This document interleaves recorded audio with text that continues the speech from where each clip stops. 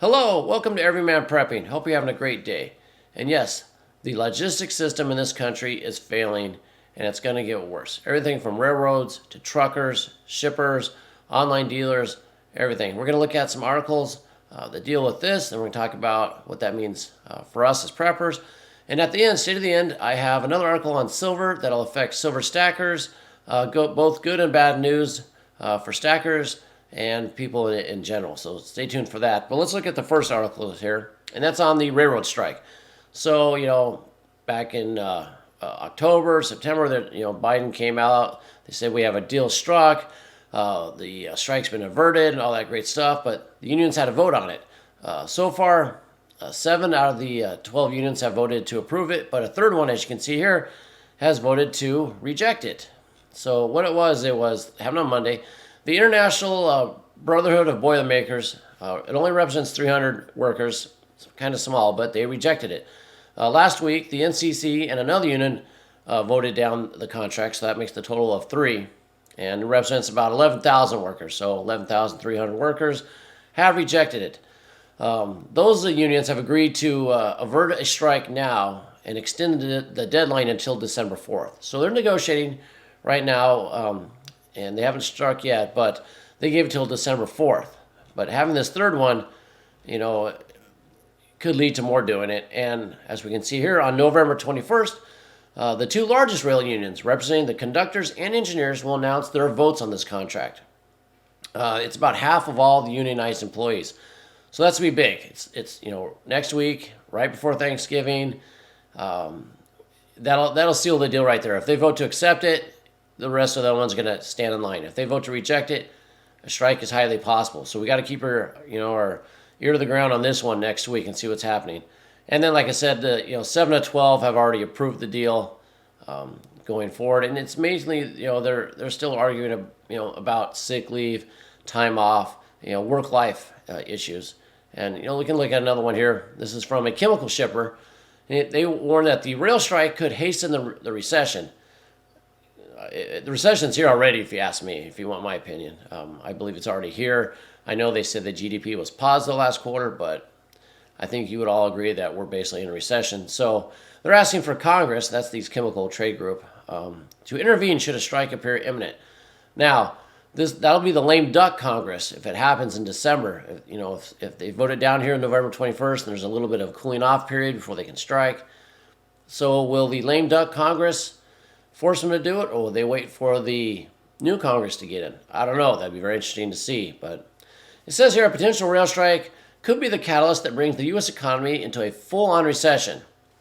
So if we're not in a full-on recession now, they probably don't want to say the D word or depression. But they give some numbers here. A strike could result in 700,000 lost jobs across multiple industries, as well as cause a 4% spike in the PPI, the Producer Price Index, which is an indicator of the CPI, Consumer Price Index, or inflation. So if that's going to spike 4%, inflation is going to spike. And it's also going to say it'll reduce the GDP by 1%. Now, they said if the strike goes on for 2 months, which would take us into the new year, if Congress doesn't force them back and they wait for the new Congress, it'll be a couple months.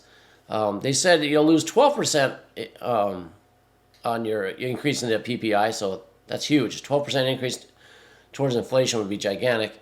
And your GDP would go down by 2%, which would be almost catastrophic. So I don't know if these numbers are legit or they're just kind of putting a worst case scenario to kind of set the stage that, hey, we need to not strike, get these unions to approve this, and if not, get Congress to do their job.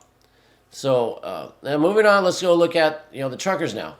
And before we get into this, if you're enjoying this video, please hit the like button, subscribe, hit that bell so you get alerted when new ones come.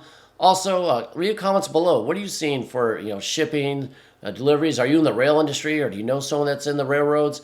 Can they give us any intel? Put it on down below, and let's share everything we can with everybody to stay ahead of the curve, stay ahead of the normies. So now this is the trucking companies here. So they're saying here that ACT Research, they're sounding the bottoming of the trucking market. We had a big need for truckers. Freight rates are going through the roof. Truckers are making a ton of money. Well, that's bottomed out because people are not buying anything. People don't have money. So there's not a lot of freight to move around. So, the prices are going, you're not getting paid a lot to move stuff. There's too many truckers, not enough stuff to haul.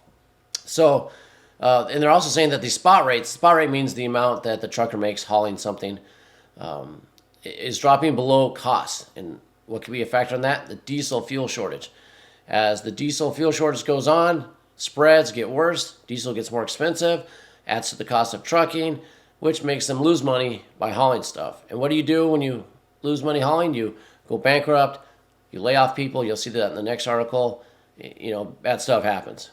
And it even says here, compared to 2021, diesel was 40% higher in the month of October.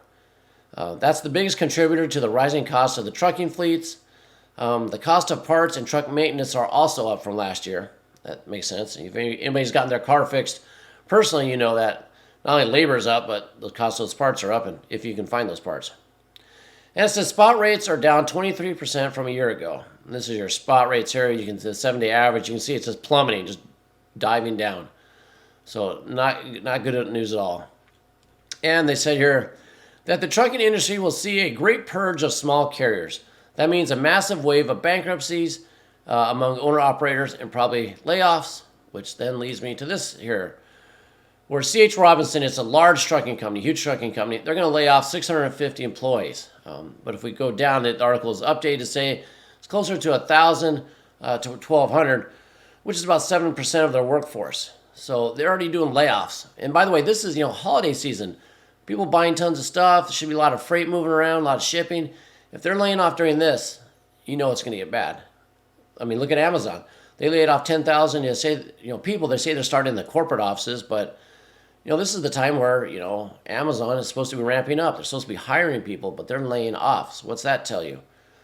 In addition to that, you have FedEx. They're furloughing and laying off people. They haven't gave a set number yet, but they're a shipping company. Online orders is how most people do their shopping. If they're laying off right now and not hiring, that's another bad sign that the economy is going down the tubes. Basically, it's tanking fast. So we got shipping companies, trucking companies, rail companies, all pointing to problems in the logistics area. So what does that mean for us as preppers? What does that mean we should do? Well, we talked about in the last few videos, you got to stockpile your food, you're stockpiling your water. You're going to buy your other prepper needs. You need to buy it now. Get it now. Get it on order. Pick it up now. Waiting is, if you're waiting to see if something really happens, waiting for a deal so you can save a little money, you might lose out. The old saying goes, better be a few months early than a day late. And I think that'll apply here. You don't want to wait till it's gone. You can't get it, and it becomes unobtainium basically. Secondly, look for local solutions. This mostly applies to like food, where you want to find your farmers and your ranchers to get your veggies, your meats and all that stuff, your dairy, your cheeses. Find local solutions for that. But also you can search through social media. You got the Nextdoors and the Facebook's marketplace and Etsy. Find people that make clothing, weld, make tools, things like that. Find some local substitutions for ordering stuff online. That'll help out now and in the future.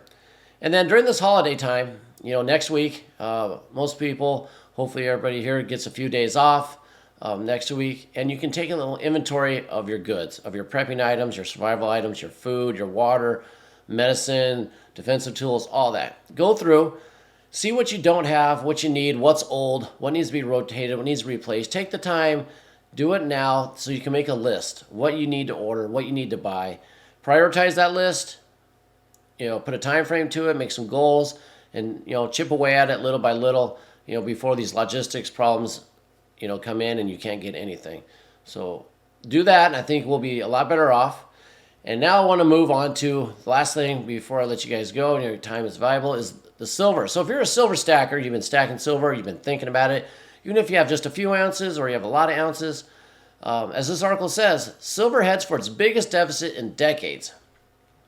So as we go down here, it says global demand for silver is expected to rise 16% this year, creating the biggest deficit in decades. Deficit meaning they're not mining enough as for what we're using. Automakers, think Tesla, electric vehicles, are using more silver as the amount of electronics in the vehicles increase. Solar panels account for about 10% of silver demand. And I want to go down to a chart here and show you that this little graph here shows the demand. You can see there's 2012, kind of went up a little over a million ounces, then it went down, hit the pandemic, really went down, but as you can see, highest ever here in 2022, 1.21 billion ounces is the demand. And, where's all silver come from? Yeah, it comes from the ground, and a lot of it goes to exchanges. And this says here, the amount of silver stored in vaults in London and New York that are monitored by the COMEX, Commodities Exchange, and the London Bullion Market Exchange have fallen to around 370 million ounces, which is 25% less than last year. So they're draining the vaults. They're using up the silver.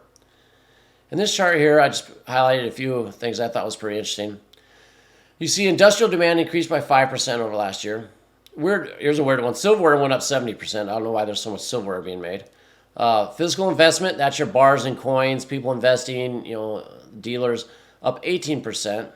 Basically, you total all this up, and you take out the hedge fund people and the paper trading, and you're at a negative 84 right now. A million ounces is what it is, which is maybe 26%.